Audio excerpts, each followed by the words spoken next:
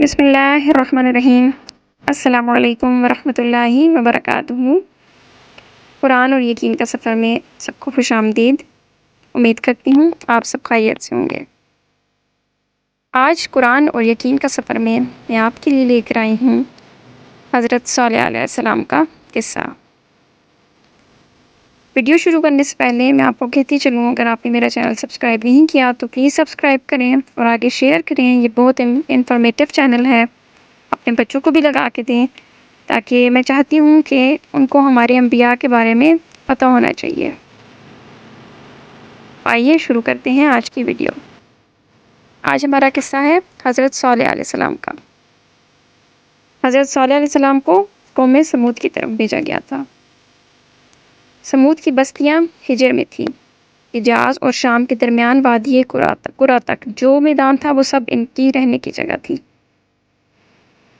سمود کی بستیاں جو ہیں ان کے کھنڈرات ابھی بھی موجود ہیں۔ آپ علیہ السلام کا نسب نامہ یوں ہے کہ سمود بن عامر بن ارم بن سام بن نوح ہے۔ سمود کی اولاد قوم عاد کے ہلاک ہونے کے بعد عرب میں پھیل گئی تھی، اور ان کا ملک شام اور حجاز کے درمیان تھا، جو شہر حجاز سے ملا ہوا تھا۔ اس کا نام وادی قرا تھا۔ یہ لوگ کھیتی کے کام کرتے، کنویں اور تالاب کھودتے تھے۔ زمینیں پتھریلی تھیں، اس لیے کنویں اور تالاب وغیرہ دشواری سے بہت مشکل سے کھودے جاتے تھے، اور زیادہ تر مال جو ہے ان کا باغات لگانے اور مکانات تراشنے میں لگ جاتا تھا۔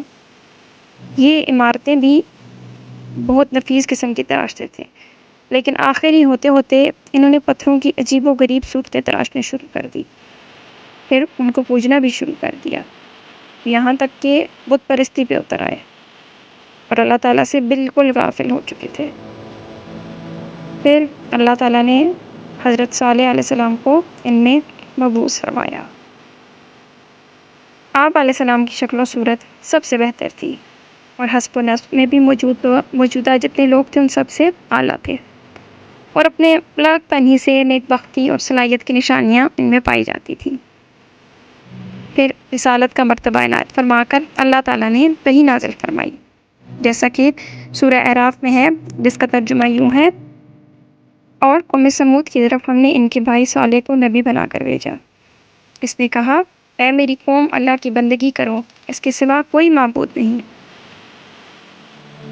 ایک مختصر اور کمزور سی جماعت آپ علیہ السلام پر ایمان لائے اور مسلمان ہو گئے، لیکن قوم کے بڑے سردار اسی طرح بت پرستی پر ہی قائم رہے۔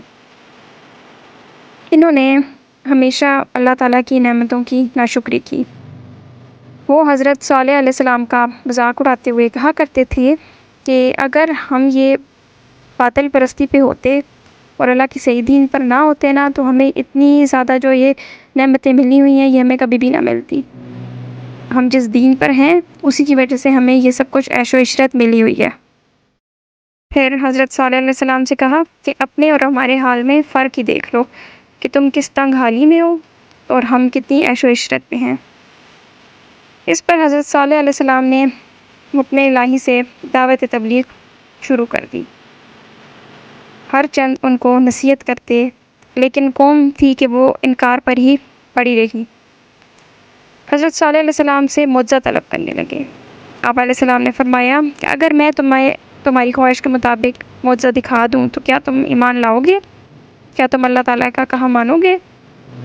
تو اس پر لوگوں نے کہا کہ ہاں ٹھیک ہے، ہم فلاں تاریخ کو ہر سال شہر سے باہر جاتے ہیں اور اپنے بتوں کو بھی اچھی پوشاک اور زیور سے آراستہ کر کے لے جاتے ہیں، پھر ان سے ہم اپنی حاجتیں مانگتے ہیں، تو بھی ہمارے ساتھ چل اور اللہ تعالیٰ سے اپنا مطلب مانگ، پھر دیکھیں گے کہ اللہ تعالیٰ کیا دیتا ہے، یعنی پھر ہم دیکھیں گے کہ ہماری والی خواہش پوری ہوتی ہے یا تیری۔ حضرت صالح علیہ السلام نے اس بات کو قبول کر لیا۔ پھر اس دن باہر گئے جس دن کا وعدہ کیا تھا۔ حضرت صالح علیہ السلام کے ساتھ جو تھوڑے سے مسلمان تھے وہ بھی گئے، اور جب عیدگاہ کو پہنچ گئے تو انہوں نے اپنے بتوں کو نہایت زیب و زینت سے آراستہ کر کے اپنے سامنے تختوں پر بٹھایا اور بڑے ادب سے اپنی اپنی حاجتیں مانگنے لگے۔ حضرت صالح علیہ السلام نے فرمایا، ان بتوں سے کوئی انوکھی چیز مانگو تاکہ ہم بھی دیکھیں کہ تمہارے بت کیسی قدرت رکھتے ہیں۔ وہ لوگ بڑی عاجزی سے مانگتے رہے، کافی دیر مانگتے رہے، لیکن کچھ بھی حاصل نہ ہوا۔ پھر حضرت صالح علیہ السلام نے فرمایا اب میری باری ہے، اب تم جو کچھ کہو گے میں اپنے مالک الملک سے ہاتھ پھیلا کر مانگوں گا، اس کی قدرت کو بھی دیکھو اور وہ اپنے خاص بندوں پر کتنا مہربان ہے یہ دیکھو۔ پھر جندہ بن عمرو جو ان کا بڑا سردار تھا، سب نے اسی کو کہا کہ تم ہی کوئی چیز بتاؤ، اپنی خواہش بتاؤ اور ایسی بتاؤ کہ وہ لا ہی نہ سکے اور عاجز ہو جائے۔ تب جندہ نے حضرت صالح علیہ السلام سے کہا کہ یہ پہاڑ جو عیدگاہ کے سامنے ہے اس سے ایک اونٹنی ہمارے واسطے نکالو، اور اب اونٹنی کی بھی اس نے باقاعدہ رنگ شکل سب کچھ بتایا۔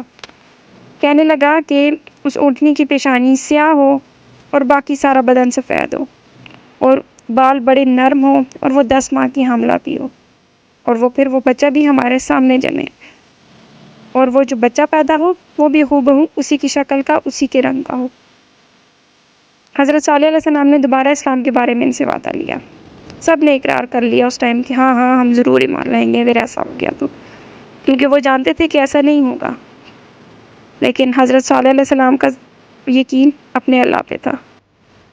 حضرت صالح علیہ السلام نے مسلمانوں کو پتھر کے پاس جمع کیا اور 2 رکعت نفل ادا کیے، پھر بارگاہ الہی میں دعا کرنی شروع کی اور مسلمانوں کو کہا کہ تم میرے پیچھے کھڑے رہو اور میری دعا پر آمین کہو۔ قوم سمود کے سردار اور تمام لوگ ارد گرد کھڑے ہو کر دیکھ رہے تھے کہ کیا ہوگا۔ اللہ تعالیٰ کی قدرت کہ اچانک اس پہاڑ سے ایک چلانے کی آواز آئی، جس طرح بچہ جنتے وقت جانوروں کی آواز ہوتی ہے، بالکل اسی طرح کی آواز تھی، فریاد کرتے ہوئے۔ قدرت الہی سے وہ پہاڑ پھٹا تو ویسی ہی اونٹنی نکل آئی جیسی وہ طلب کرتے تھے، جیسا کہ قرآن پاک میں سورہ اعراف میں ہے، بے شک آ چکی تمہاری طرف یہ واضح دلیل تمہارے رب کی طرف سے، یہ خدا کے نام پر چھوڑی ہوئی اونٹنی تمہارے لیے ایک فیصلہ کن نشانی ہے، بس اس کو کھلا چھوڑ دو کہ خدا کی زمین میں جہاں چاہے چرے چگے، اس کو کسی قسم کا نقصان نہ پہنچاؤ ورنہ تم کو دردناک عذاب آ پڑے گا۔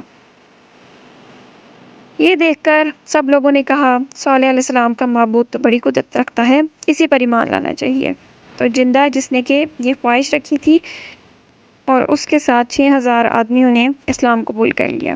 حضرت صالح علیہ السلام کے قدموں پر گر کر انہوں نے اپنے گناہوں کی معافی چاہی، لیکن کچھ لوگ جو وہاں پر تھے اپنے نفس اور کفر کی شامت سے انکار پر ہی رہے اور اپنے فرما برداروں کو بھی سمجھانا شروع کر دیا۔